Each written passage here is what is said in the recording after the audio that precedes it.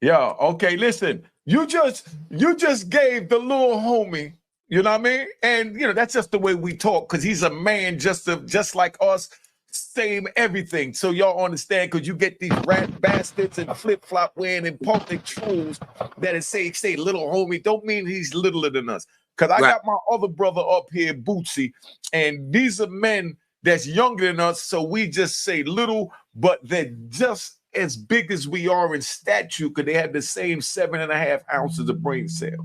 You understand? Not only that, they got the big brains and they got heart, and they're thorough. Ain't no lot of thorough youngsters out there no more, brother. So the ones that's relevant and the ones that count, we got to make sure we on the same plane, man.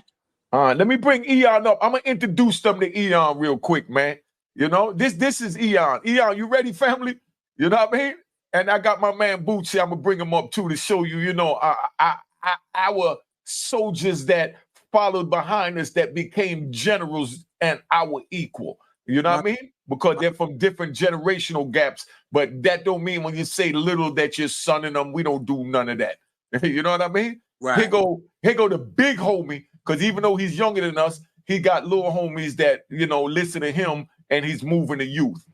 Tell him who you are, Eyone. What's up, Unique? Salam alaikum. Walaikum salam. I'm an author, film producer. I got to wear a couple hats, man. I'm Mr. Free to Real. Okay. Now, Fly, I'm going to tell you how I met Eyone, right? To show you how my travels went. I done been with Larry Hoover, everybody. You know what I mean? Matula Shakur. And, those was the people that my ancestor, Marcus Garvey, wanted me to touch to make me into the man that I am today. Just like he allowed me to be there for you during your trying times, and you was there for my trying times, because I was going through it about my brother too, because that was less than a year after my brother got killed.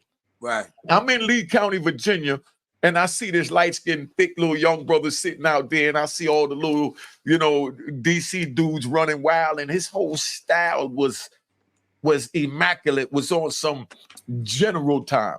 You know what I mean? But he was a child. He was young. How old was you back then when we was in Lee County, Eyone, so they know? I got there, I was about 24. See, he's 24 years old. I'm like 34, maybe, because that was a 2003. I was about 64, so I was damn near 40 years old. You know what I mean? So I was damn near double his age.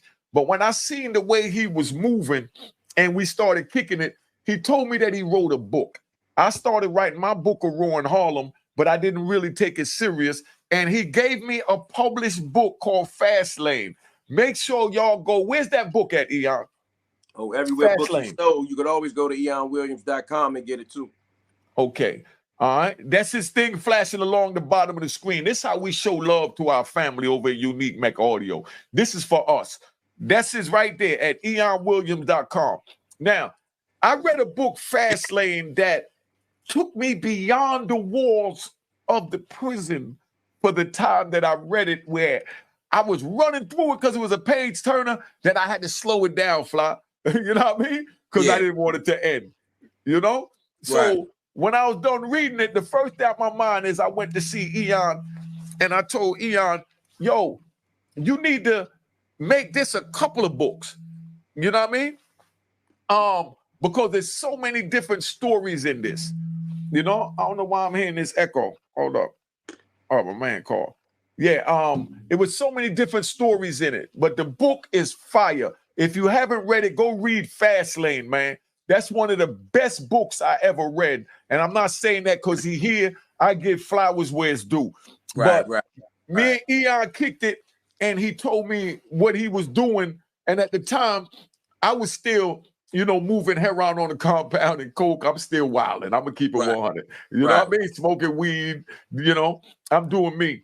But after seeing the way this young brother was moving, I sat back and I took a page out of his book, and I went and I focused on finishing my book, A Ruin Harlem. That's at Amazon and at ruinharlem.com. But Eyone is intricate in that, along with Cavario H that did the editing. But Eyone kept the young men from DC that ran in his circle, just his circle, because he don't he don't extend himself like that. He like us. But the men in his circle always showed me respect, and we could always have good educational dialogue to elevate ourselves beyond the war, and to get better understanding of life. And I want to thank you for that, and I want to give you a round of applause. Thank you. You earned that. Appreciate it, man. You earned that. You know what I mean? All right, relax. You earned that, you know? Now, you know, tell us about what you went to jail for, Eyone. I'm going to do a whole separate interview with you, but I just want to bring you up because Fly just gave you your flowers. So tell them, you know, what you remembered about us meeting and how you, and be honest, I never asked you, but keep it 100. How did you view me when you met me in Lee County from your eyes? How did you view me? I'm going to give you the screen to yourself for that one. Me and Fly need to get off of this. Well, to be honest with you, you know, not to get into too many like stereotypes, but you cover all type of DC, New York stereotypes. You cover all type of stereotype that people have. I went to prison at 16. You know what I'm saying? I went to prison as a kid, basically. So me learning in prison was learning from listening to older people that had already been to the Fed. So, you know, I've been warned about white guys, New York guys, people from other sections of the country, geographical sections, so to speak. But I got cool with New York Tech that was on the compound. He was cool with my man Kobe Mowat.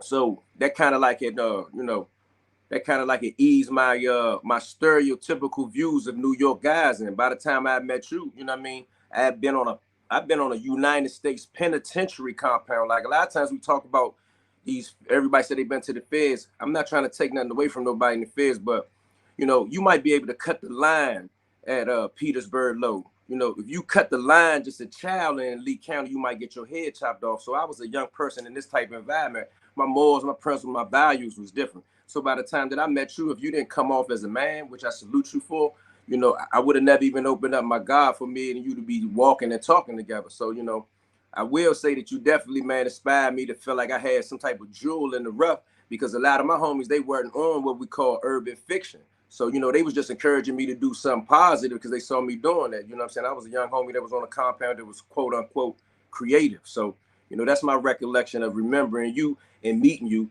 And I definitely know that that DC, New York thing, that thing wasn't even active on that compound when I was there. And I don't know how things have changed at other years, but DC and New York, they had no problems on that compound right there.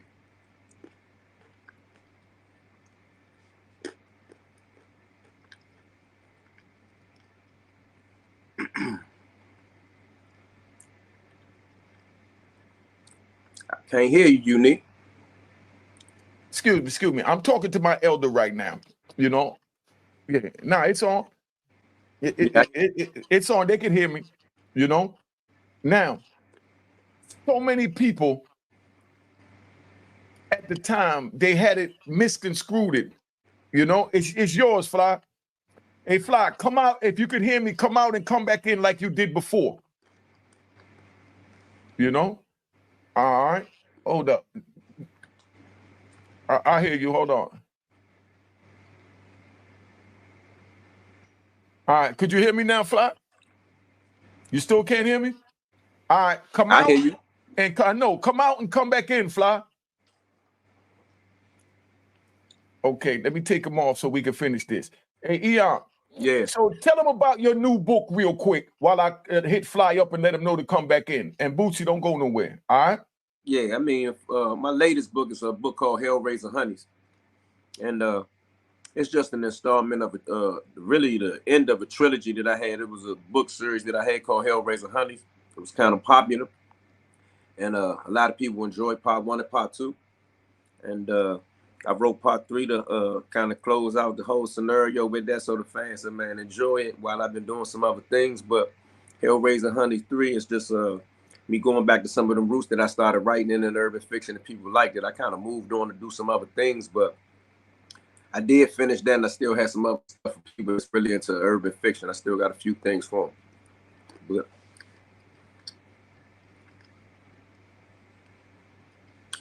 can't hear you. What was it like for you, your first day walking in a USP compound? For you, what was it like for you? And be honest, Because you know we all nervous, but keep it 100. Nah, it's all good for me. I've been asked that question several times. Once again, my experience and my encounter as a USP is going to be different than most people. I was a part of a load. I was a part of loads with the S. The new influx of the prisoners that came from Lawton during the closing of Lawton. So I didn't hit the United States Penitentiary until like 2002. I had been in prison almost 9 years at the time. I've been in prison almost a decade. So I've been in prison and I've been around, you know, what goes on in Lawton. And I'm not going to reiterate all those things the Fly told you about Lawton. I mean, it's understood. And I also wrote a book called Lawton Legends that actually is a fictional tale of, you know, life in Lawton. But nevertheless, my point is this. I got off a bus with 40 dudes from where I'm from. Most of those dudes I've been around for almost 10 years. Out of 40 of them, 15 of them have been active all over the system. Some have been to the feds before. It was already about 300 or 400 DC dudes there. So for me to walk into a United States penitentiary, it wasn't the regular old vibe of it when I walked into that United States penitentiary, because it was like a baby Lawton. It was almost 600 on a pound. It was almost 600 guys from DC on a pound for months and months. So it wasn't that same experience that I had when I walked through other places like Leavenworth or Colorado and different places that I stopped, and other places that was already established prisons. You know, at that point in time, you know how you have sections that you sit in.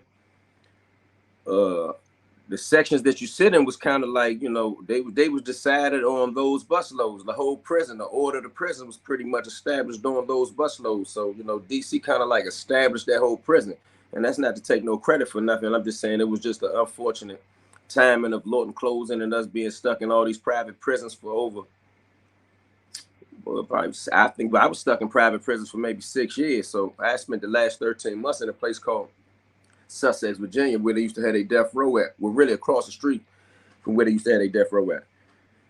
So that's what it was like for me walking into a penitentiary. So I got to learn some penitentiary rules in an easier way than having to learn them straight up on the fly. Like, and I say that to say that, you know, the homies that I had that was there out of that 600, some of them have been to the feds. Like, you know, shout out to dudes like Trey and Rome and different guys, my big homie Bushwhack, stuff like that. These guys have been around already, so they had knowledge and information of how you do time. I didn't need no more information on how you do time in Lawton. I already understand that. And, you know, that's one thing that a lot of people don't understand when they speak about DC guys. There's two breeds of DC guys. Is a breed of DC guy that's going to be your federal, you know, your U.S. code type of guy. His crime is going to be different. And then it's going to be your Lawton type of guys. And I came out of Lawton with a busload of Lawton guys. So our whole vibe was different. Okay. All right. You can hear me, family? Yeah. Okay. So now I'm going to bring up my little homie, who's now a big homie, and he wants to ask, you know, I'm sure you got plenty of questions for Fly, but he might have some for you and me too, because we the youngest right now. So I'm just a little homie right now to the big homie. All right. So let me bring the homie up. Take your mute off, Boots. You know? All right. Now, this my man Bootsy. Turn your camera sideways, family. Sideways? Yeah. That way you take up the whole screen. Just turn your phone sideways. There you go. Now, that's my brother Eyone Williams right there. He younger than me. Get tone party. Yeah, exactly. There you go. Salute. All right. Salute. Yeah, that's family. So that's the brother Eyone right there, our brother, and that's our uncle right there. That's our godfather right there. That's the big homie. That's the general, you know, Khalid Mujahid. You know what I mean? AKA Fly.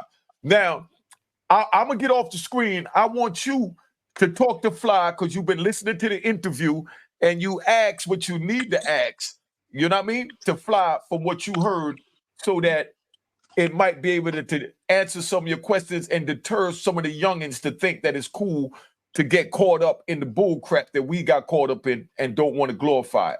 All right? So there you go, Fly. That's Bootsy. Tell them who you are, Bootsy. And tell them about how you got locked up so you know they know you was in the system too. And, you know, you can tell them about, you know, when I got locked up and, you know, I was supposed to be there for you. I'm going to give you the floor right now to introduce yourself. All right? So that my brothers over here could understand who you are. All right? Facts. Well, first of all, I want to say big up, big respect to Fly, and matter of fact to both of you guys up there. You know, it ain't being that you're a legend and how you speak about the things you went through and all that.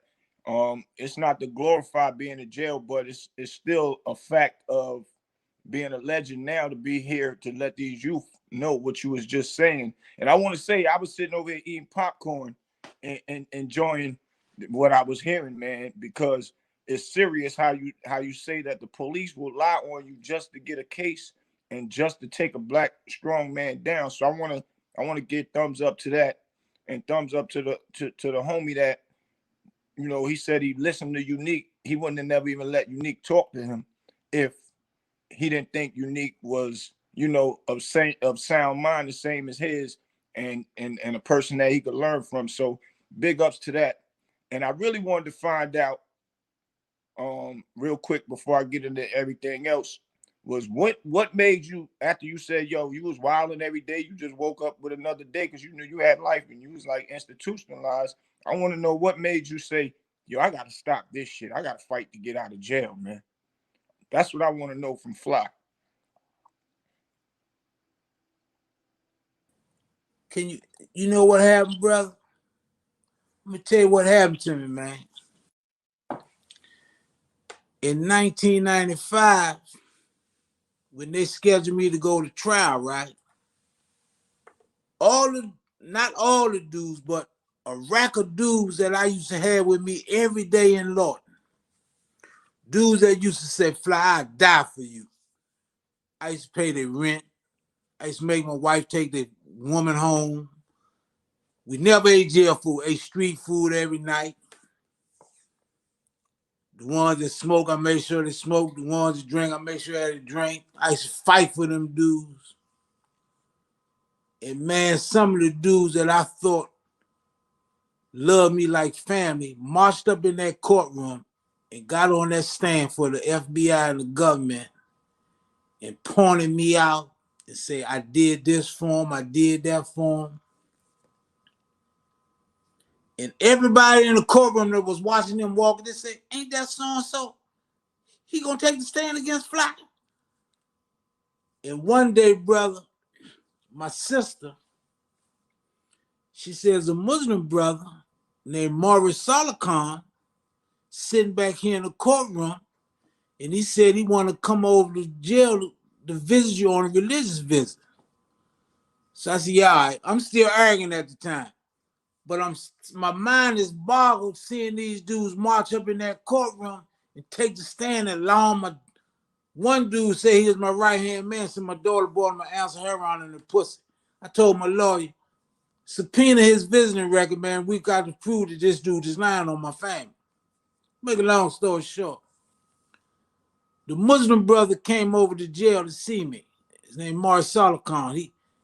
He got his own organization, but they do stuff for political prisoners, like Mumia Jamal. And he said, man, you so high profile, a lot of people been studying you and watching this case. And they want to see, why is the government coming after you? He was so profound and so prolific and so articulate the way he was talking.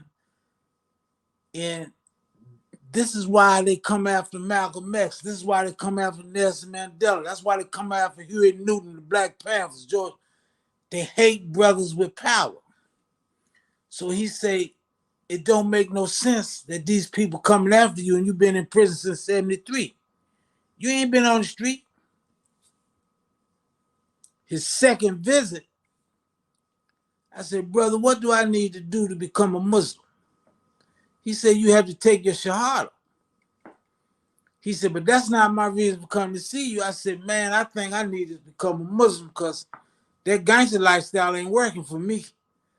The way them dudes came in there on me, man, that I thought loved me, man, and we come out the dirt together, and them dudes come lie on me like that, lie on my family. I said, I need to change my lifestyle.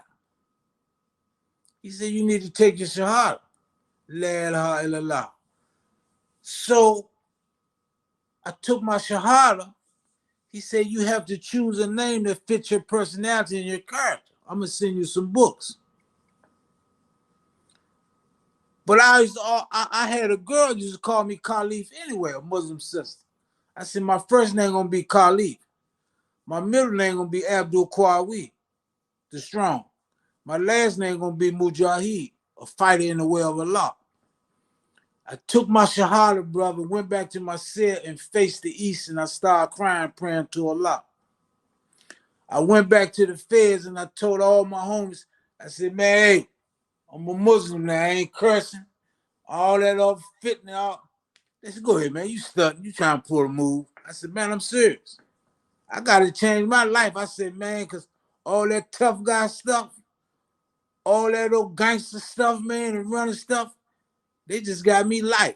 And dudes that I thought was loyal to me and loved me just went to the grand jury on me and took the stand in my trial, man. They pointed me out, my mother out, my sister out, my daughter out, my friends out. So I said, man, I got to do stuff different because that gangster lifestyle ain't working. And you see so many dudes that you thought was good, strong men and dudes that was millionaires and ran stuff, they start flipping. Look at the Alpos, the Raven Edmonds, the Nicky Barnes. All them dudes was rich, man, and they wound up being rats. So I said, I'm through with that game. I'm going to turn. And then another brother who was my family member, he was to be the grand sheik of the Moorish science. He used to say, why don't you use your power for righteousness instead of evil? You got so much power, why don't you use it for good? And once I became a Muslim and started practicing this faith and learning that my place on this earth is to serve Allah, not Shaitan, because all them wicked, evil things I was doing and knocking dudes out every day and breaking people's jaws, you know what I mean? I said, man, I got to start doing some good. And then you get rewarded for your good deeds. So once I started praying 5 times a day and changing my life and start seeing the light of how Shaitan want us to do evil, wicked stuff. They want us to hurt each other. They want, look at them young dudes out there keep on carjacking people and mothers and daughters and sisters. And for the car just to joyride and they crash the car. Now in D.C., they robbing people for the little French bulldog. A woman came home, was walking up the steps, dude jumped out of the car, ran, said, give me that dog, B. She said, please, they're punching women in the face on buses. Man, we got to stop these youths, man, from self-destructing. I don't know, but they don't have no guidance. They don't have nobody to say, just like me and Unique said about that ADX, you look at the sky every day, no civilization. It's a torture chamber. And they said, you're going to die here in one of these cells. And when I won, my lawyer just started crying, all the female. They said, man, you coming home. That's because I changed my lifestyle. That's because I started praying every day and asking Allah to forgive me for all my wicked ways and accept my repentance for all the evil I've done, man. So we got to start, man, trying to reach out and reach some of these youths, man, and get them on a different path because, man, you know how I go. They go to jail, they have 2 or 3 little girlfriends, have babies here and there. And then when your little women run off and your children get raised by another dude, a lot of them dudes there in them Jones, they go crazy. They can't do it. They can't take it.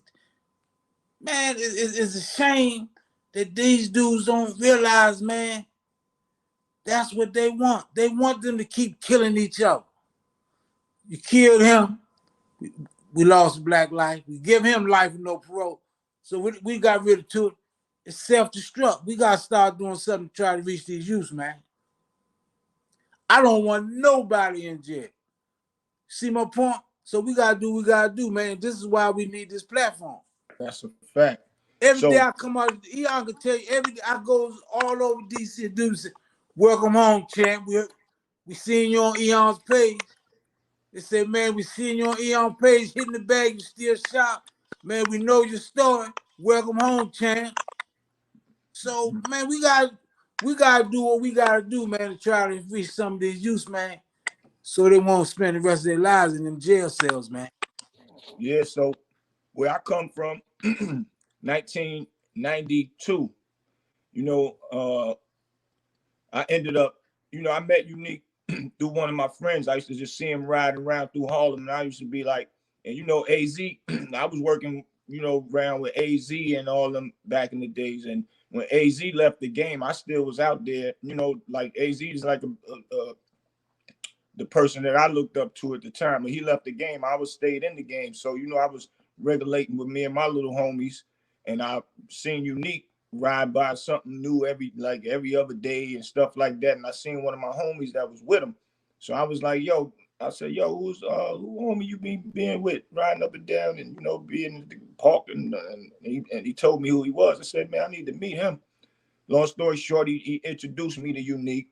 So I met Unique, and I told him what I can do, and he was like, all right, homie, co-sign for you. He gave me a shot, and I kept it 1,000 with him. Go back, you know, normally niggas will disappear with the money, all kind of story, but he realized that I was about my business at a young, early age. And, you know, so we continued making moves together. And there was one particular time something had happened to the money. And I'm just giving this story real quick to show, you know, back then how we had loyalty at young age and wasn't doing all the crazy killing each other stuff. So I didn't know how to tell them that the money got messed up, $9,000, and my normal routine was to be there in a couple days, and I wasn't. It was about 2 weeks, and I got my nerve up to go to him like a man and say, "Yo, man, the money got fucked up, but I'm gonna take care of that." And he said, "I already knew something wasn't right because you ain't come back." He said, "I wasn't gonna come looking for you for that no little $9,000." He said, "But as long as you make it right, then we good." I went, I made it right, came back, gave him the money. And he looked at me like a strong man. We ain't never looked back. We was everywhere together and doing things, parties, all of the above. So I learned from Unique how to make myself, you know, as far as loyalty and making sure your team is all right. Because if your team ain't right, they'll turn on you and stuff like that. So long story short, I get caught up down where you guys is at. I leave New York because the police was on us too crazy. So I'm like, I got to go somewhere else and do something. So 1992, I started going down to VA, Newport News. I was taking Route 13, and they was doing railroad and pulling people over illegally and searching and all that in Maryland. And in Salisbury, Maryland is where I got caught up at. And once I got in there, I was facing 60 years. They put the paper right in front of you. Yeah, give us up, tell something, and you know we'll work with you and all that because you're facing 60 years. So mad niggas from New York was up and down the road getting caught up. I get in there, everybody was in there telling.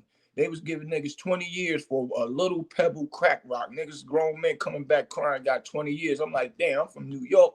These niggas gonna slay me for all the shit they found with us. But we went in there, me and my co-defendants went in there. We did no telling, no talking, no nothing, held it down strong. But Unique was I had $1 million bail in there. And I had my mom, my brother, and them get up with Unique and tell him to come to my mother's house. I need to talk to him. He goes to my mom's house and he gets on the phone. And I told him that my bail was $1 million. And he was like, all right, I'm coming to get you.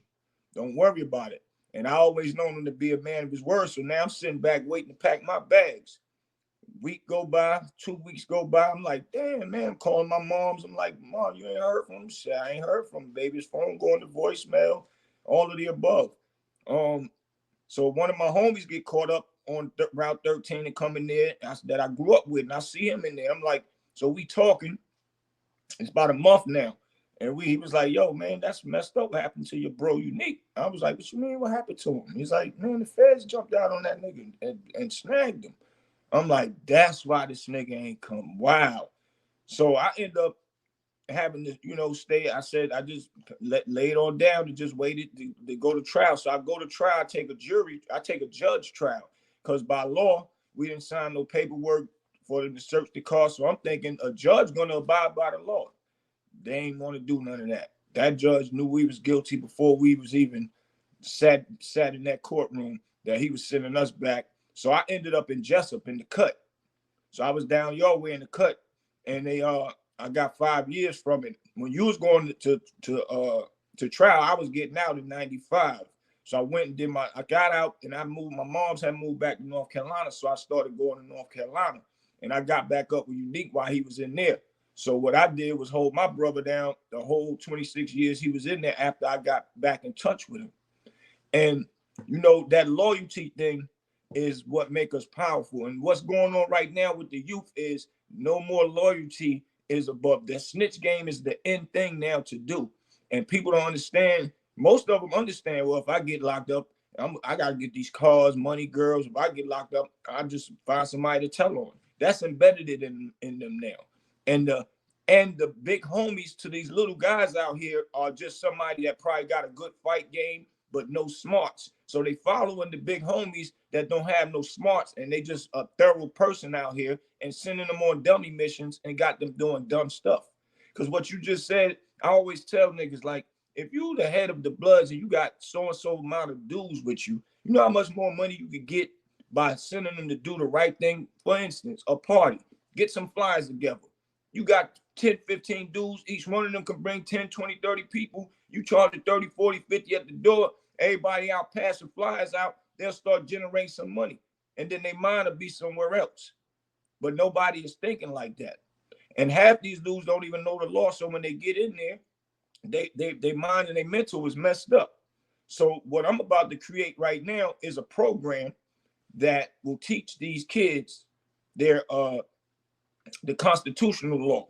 And I know a lot of lawyers that I knew was doing interns and they was in college and stuff like that. I'm about to start calling them out. Why y'all not coming teaching these kids? We don't need y'all to teach them everything you learned in college. We know you went to college, spent money, and you got to get paid and all that, because they'll sit around and watch their homeboys get money and wait for them to have to call them to get them out of jail, or one of their sons, get their sons or daughters out of jail, instead of doing something once a week at a community center and teach these kids these First and Second and Third Amendments, because that's another thing, how the police is killing the kids, because they thinking they ain't doing nothing wrong when they start arguing and fighting back.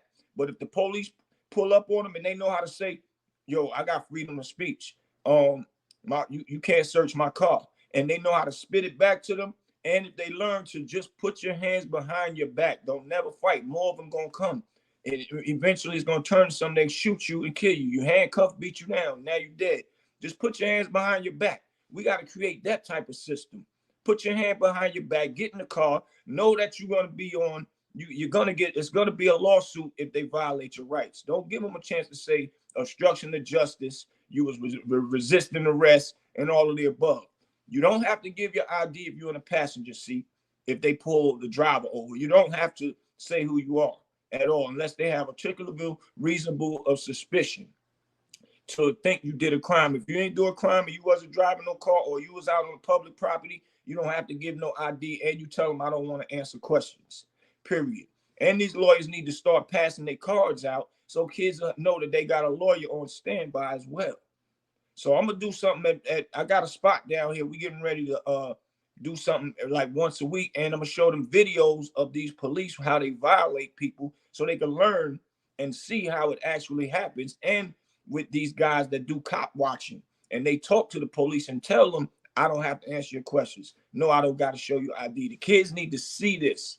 So at least some videos a week, and then, have them study their First, Second, Third Amendment, so they know how to talk to these police, and it'll reduce our kids getting killed out here, man. So that's another thing that I'm starting to implicate with what me and Unique doing. Because when Unique first started, he was doing good, and he came home full blast and trying to push his channel and pushing it. He was getting good numbers. And then I said, bro, we gotta go take you to a high platform.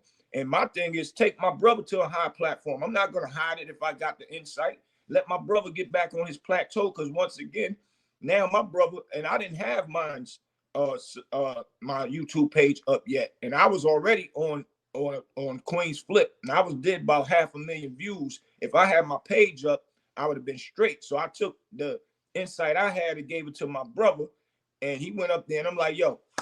And after he got off that page, mad people start going to his page, and we started preaching that, you know, we got to save the youth. And he ain't never looked back. And he found this niche to tell these stories to these kids. You got to paint that picture. And we ain't painting no picture to look like going to jail is glorified. We ain't painting no picture that selling drugs is the thing to do, because it's not. And another thing, when you were saying about how the police is on you so bad that they'll do anything and get up there and lie and send you to jail. And right now, as we speak, I'm going through a situation. They violated my house, came in, threw bombs in there, all of the above, just because they wanted a person. They seen me speak to him and shake his hand. And it was the ATF, and then they utilized the regular Raleigh police to come all the way from Raleigh. I don't even live in Raleigh. I don't even hang in Raleigh like that. I don't even hang in Durham. Like, I'll go there if I got something to do. But mostly I'll be in my house, and I've been in my house. And they came all the way in my house and took me downtown. I'm like, what the fuck am I doing in a car for a federal charge? We've been stopped doing that knucklehead stuff. But they took me down and asked me about this guy and asked me, did I drive in his cars? And I'm thinking it's a federal case. I'm like, he don't got no cars. And they was like, so you ain't never seen him? I'm thinking it's Flyboy cars. Every time I see him in some hoopties and stuff like that. And he owns stores and shit like that. He used to tell me, and I'm thinking he fronting that he got it like that. But he was just a homie from the hood. And he'll see me and hit me up here and there. And then he might say, all right, I'll talk to you later. I don't talk to him and see him in a month or 2 or 3 weeks. But they said, oh, so you don't see him drive no cars. And they pull out a camera phone and flick it and show me with a picture, nothing in my hands. It looked like I'm walking away. And they was like, so you don't know that van? I said, yeah, I know that van, but what that got to do with y'all busting up in my house, man? Mind you, I told them I want a lawyer before I even sat down in that motherfucker. They still wanted to start asking me questions. So I told them, I don't, so what? What that van got to do with me? And then they said they was watching them since September, and they ran across me in January talking to them. That's against the law. You can't put no, and they put a tracker on me. You can't put a tracker on nobody. I'm not in the hood. Ain't no niggas screaming my name that they getting work from me and all the above. So how y'all even got a tracker? They came in my house with a warrant. Nothing is on the warrant. Not what they coming to look for. My name ain't on the warrant. Nothing. So they wanted me to get down there and start telling on him and see if I knew something about him or whatever. And they got frustrated and kicked me out the office, told me to go the fuck back in there. And that's what I did, because y'all fucking with the wrong one. So now I got a lawsuit out on them, $100 million lawsuit on the ATF and the Raleigh police. And so now with my new lawyer, they denied me the right to fire the public defender. When I told them I got a lawyer, they said, well, the lawyer need to be here. No, it don't. If I say I want to fire him, you let him go right here, judge. But now it's been 8 months. I ain't even talked to this lawyer a one-on-one about nothing. I don't have a motion to discovery. I have nothing. And now my name ain't even in their docket as a new court date. The lady told it to me out of her mouth, the DA, when to come back on the 8th, but it's not in the system. And I've been going to the system. I've been going to the clerk of court. I've been staying on their ass about this case. I'm still not in there. They added new charges, which they ain't supposed to, after 4 or 5 months. And they put the date on it as if the new charges, I got arrested on them that same day that they arrested me. And they added that. They tampering with documents. My social security number is flat out, straight out. It shouldn't be straight out. It's supposed to have X's on it. And one of the numbers is wrong. So that ain't even my social security number. My address on some of the documents is a whole nother address. Ain't even over here on a bunch of the documents. So now I guess they know that I'm fighting back, and they seeing that whatever they was trying to do, I ain't going for it. So I don't know at the end of the day what's about to happen, because I ain't even on the court document. I'm gonna go in there the day that she said come in there, but it wasn't it wasn't said to me in front of the judge, so it ain't on the record. And mind you, I forgot to say, I was supposed to go to court December 1st so my lawyer could come in, because I ain't use a lawyer from this city. I use a lawyer from somewhere else, because I know they all sticking together around. I'm not going for that, because we going to trial, and I don't got time for no lawyer that want to do cop-outs. We're not doing no cop-outs. So my December 1st, I was supposed to go. they pushed my court date back to November 27th. That lawyer ain't contact me or nothing. They sent it in the mail. It wasn't certified mail, nothing. What if I ain't checked the mail? It could have got lost in the mail. Then I would have got a bench warrant, and I'm out on $100,000 bond. They would love for me to get locked back up. Only reason why I knew was because I went to see my probation officer. She said, "Okay, everything is good," because I don't really do that. I don't smoke. I don't get high. None of that stuff.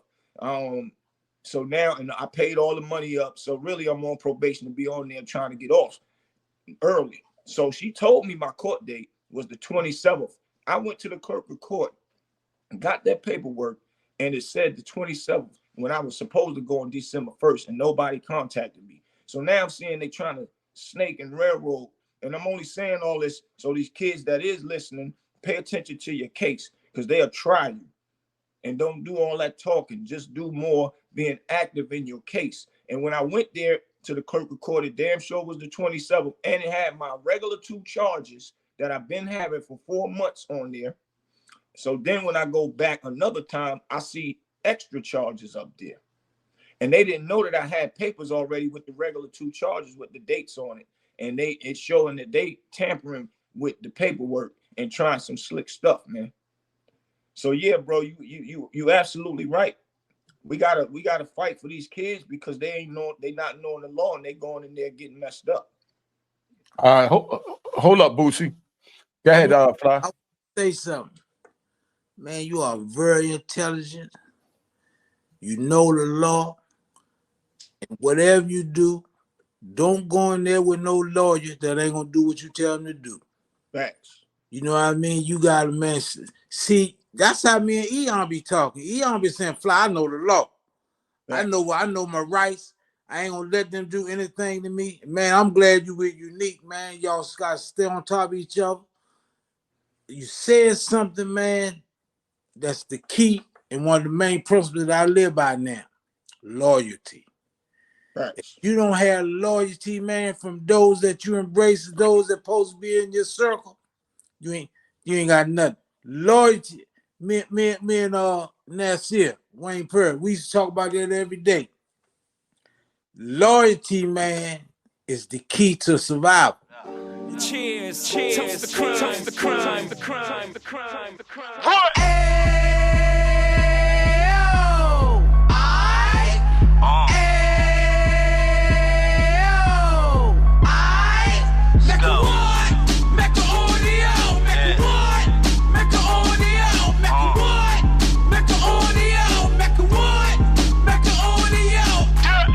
Fresh out the can of 26, yeah. He back on the strip, getting back in the mix. Yeah. What he mentions a gift. You stand up 10 toes down, and I suggest you pay attention to this. Real. Take a little gully posse and put it in Harlem. He cut from the bottom, came up from the bottom. Drop the book, you should go and get it. The Instagram page and the YouTube, you could go and visit. Then you could consider yourself LinkedIn. Sit front row and get Jews from a kingpin. How he went through it, so you ain't gotta go do it. To not pay attention would be stupid. Talking about a man that probably put your grandfather on. Probably the reason that him and your grams got along. A man that generated millions on the block, did his time, never squilling to the cops, Mecca audio.